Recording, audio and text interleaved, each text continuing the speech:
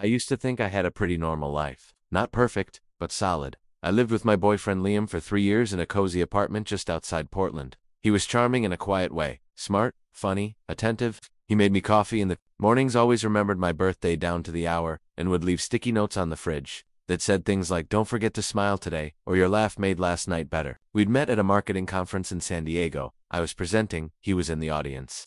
Afterward, he came up to me, complimented my charts of all things, and asked if I wanted to grab a drink. 2 weeks later, we had our first real date. 6 months after that, he moved in. For the next 3 years, I believed I was living with the man I'd marry someday. There were signs, I guess, but they were so subtle. He'd sometimes disappear on weekends, said he was visiting his sick aunt in Eugene. She had some autoimmune disorder, he said, and didn't like a lot of visitors. Sometimes he'd FaceTime me from her living room.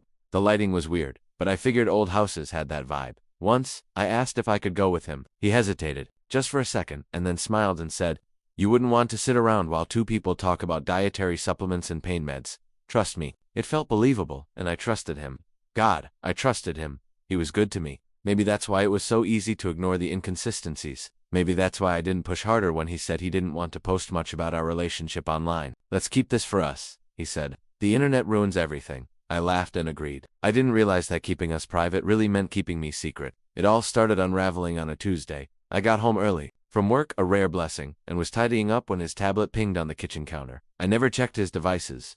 We weren't those people. We had trust. But the message popped up on the lock screen in big bold letters. "Don't forget Maddie's school event is Friday at 6. She's been talking about it nonstop." Jesse froze. I had never heard the name Maddie before, or Jess, for that matter. And I knew his cousin's daughter was named Haley, not Maddie. At first, I thought maybe it was a client. Liam sometimes helped small businesses set up digital marketing strategies. Maybe Jess was a client, and Maddie was her daughter, and this was some weird professional overstep. But deep down, something in my stomach twisted hard. The tablet was unlocked. I knew I shouldn't. I really did. But my hands were already moving. I opened the messages. It was like stepping through a door into another life. There were hundreds of texts between him and Jess. Some mundane, some flirty, some deeply intimate. Photos of Maddie's drawings. Family selfies. A video of Liam pushing her on a swing, laughing, looking like he belonged there. One message from Jess read, "She looks more like you every day. I swear she has your stubborn streak." To my vision blurred. I scrolled faster, desperately, my fingers shaking. They talked about dinners, doctor's appointments,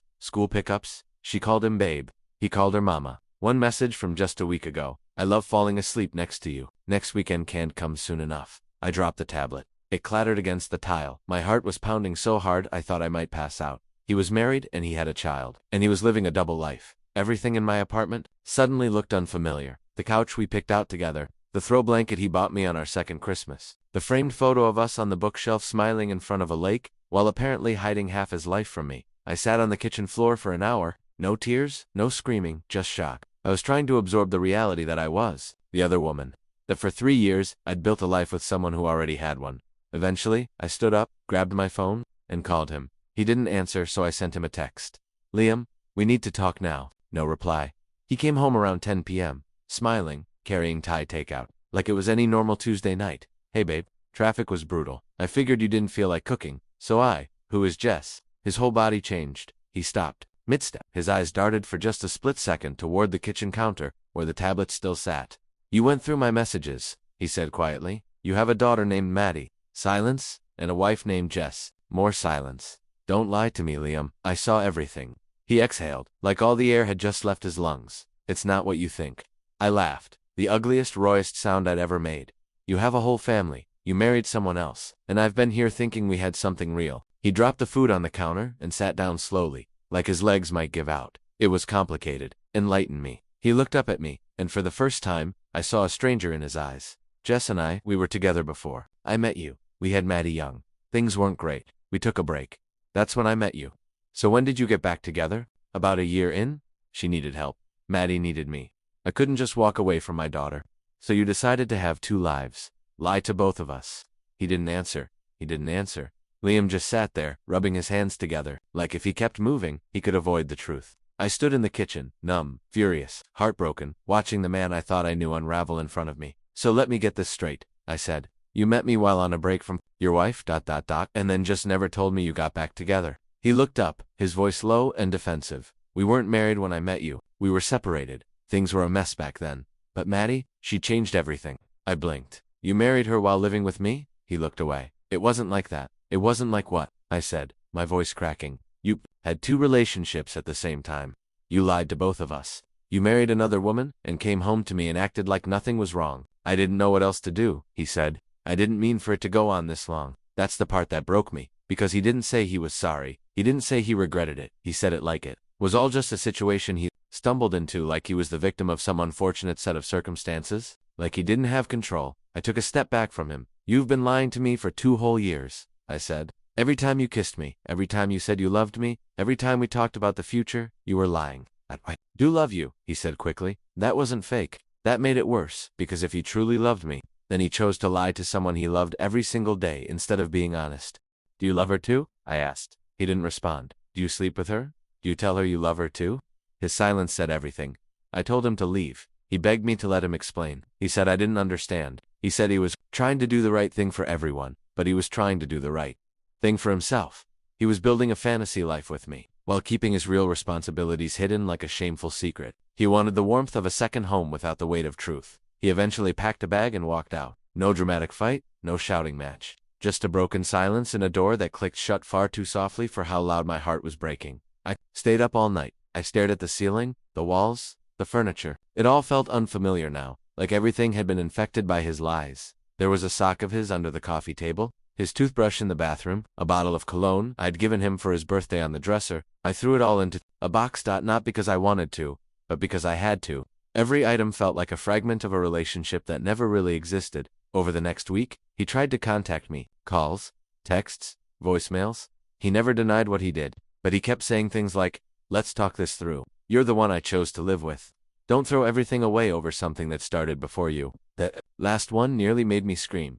Because this wasn't something that started before me. This was something that he continued while he built a life with me. He chose this, repeatedly. He chose to look me in the eye and lie, day after day, while he drove back to another life. Another woman, another child. I didn't respond. Not until a week later, when Jess messaged me. It was a Facebook DM. Hi, I'm not sure if you know who I am, but I think we need to talk. I felt sick. We talked the next day. She didn't know about me either. Liam had told her he was traveling often for work, long-term marketing contracts in different cities. She said she thought it was weird how secretive he was about his schedule. Sometimes, but she assumed it was just the stress of working 2 jobs. I told her everything. About our apartment, about our 3 years, about how I met him during their separation, how I thought he was single, and how I had no idea he'd married her later. Jess cried. Not loud sobs. Just this quiet, heartbroken devastation. She told me Maddie had started calling him daddy again recently, that they'd just celebrated Maddie's 6th birthday, and that Liam had taken the day off from his contract job to take them to the zoo. That was the same day he'd told me he had a client emergency in Seattle. Jess and I talked for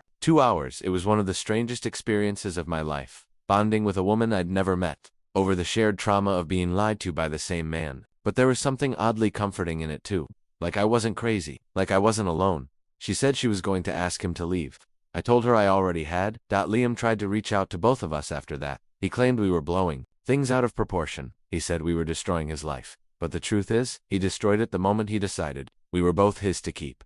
There's no apology that can undo that. A month later, I moved out of our apartment, got a new place, a new number, and a therapist. I still have bad days, days where I question how I didn't see it, how I believed so completely in someone who didn't deserve that trust. But I also have good days, days where I realize I got out, that I refused to let him keep both lives, that I chose truth, even when it shattered me. Grief is a strange thing. When people talk about heartbreak, they usually imagine crying, screaming, throwing things. I did all of that, eventually. But the part no one really talks about is the silence that follows. The empty space after the storm, when you're just existing, numb, like your body is present, but your mind is stuck trying to understand how your entire life flipped in a single night. I couldn't sleep in our bed after he left. I tried the first night. I lay on the left side, his side, thinking maybe it would feel like claiming it back. It didn't. It felt like sleeping in a stranger's home. I moved to the couch and stayed there for 3 weeks. I took down every photo of us. I deleted old texts. I muted his number. But grief clings to strange things, like the mug he used every morning, or the jacket he left hanging on the back of the door, or the Spotify playlist we made together called Sunday Chill, which I stupidly clicked on one night while doing dishes and ended up sobbing on the kitchen floor. It wasn't just that he lied.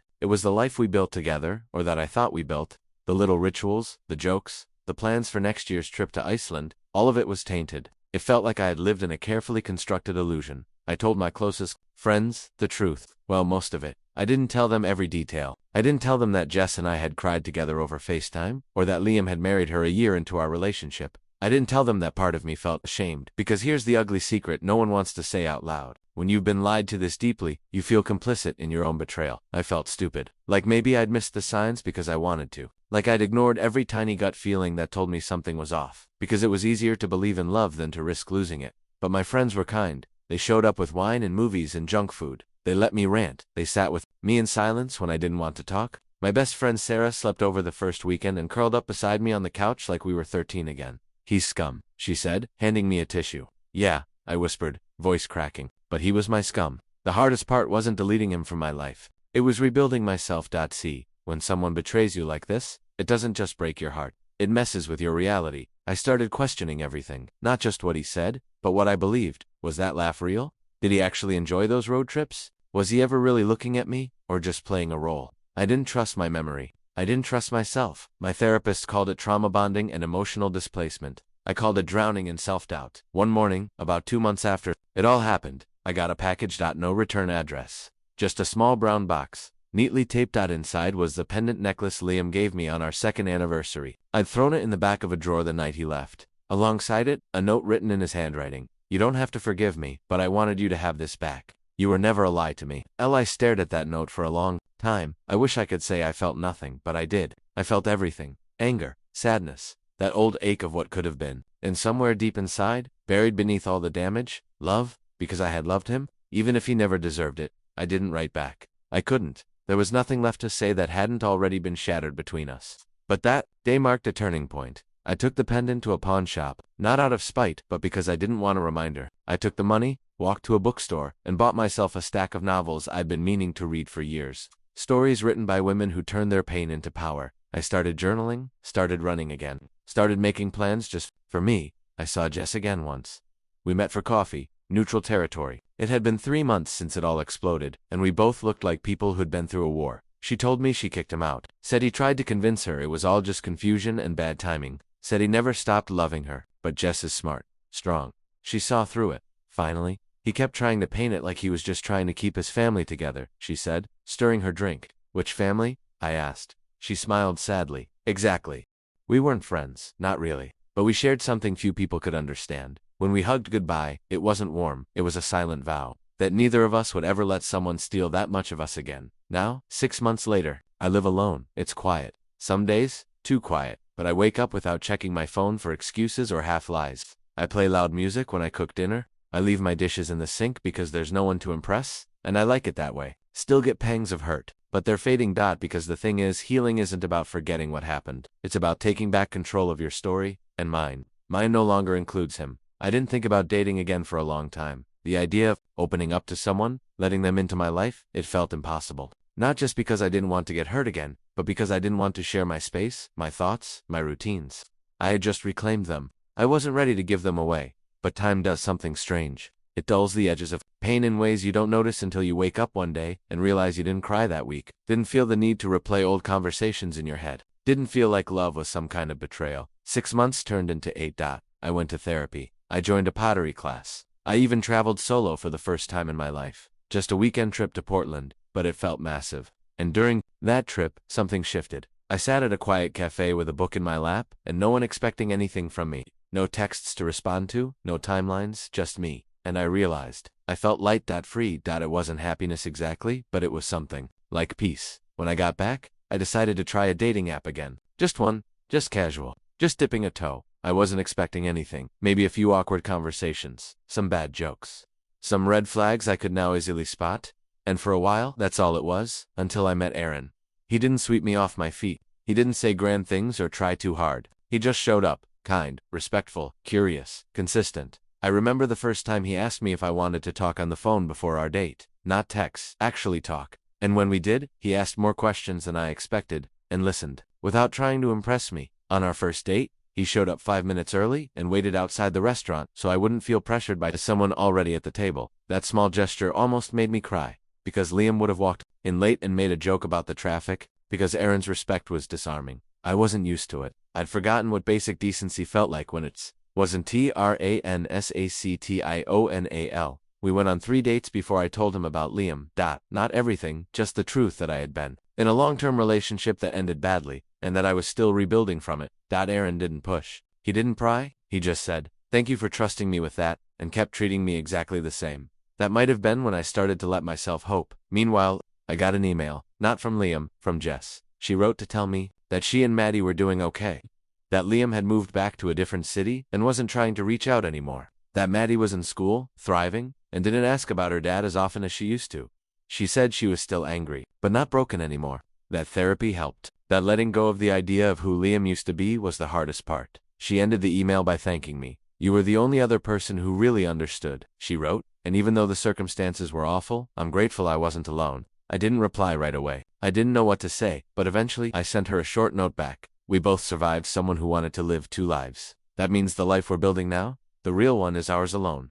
Wishing you peace and something better. With P. Aaron." Things moved slowly. By design. He never rushed, never asked for more than I was ready to give. He let me lead. And that, in itself, taught me something. Love shouldn't feel like you're trying to earn it. It should feel safe. It should feel chosen, over and over again. Not out of guilt or fear or obligation, but because that person brings calm into your chaos. One night, we were walking by the river, holding hands, and I asked him, "Why did you wait so long to kiss me?" He smiled and said, "Because I didn't want to be another person who took something you weren't ready to give." That's when I realized how far I'd come, because I didn't just want to kiss him, I wanted to be seen by him, and not as someone broken, not as someone recovering, just as me, whole, messy, honest. A year after Liam left, I donated the last box of his things. Yes, I'd kept one. Not because I missed him, but because part of me wasn't ready to believe the chapter was truly closed. It sat on a shelf in the back of my closet, untouched.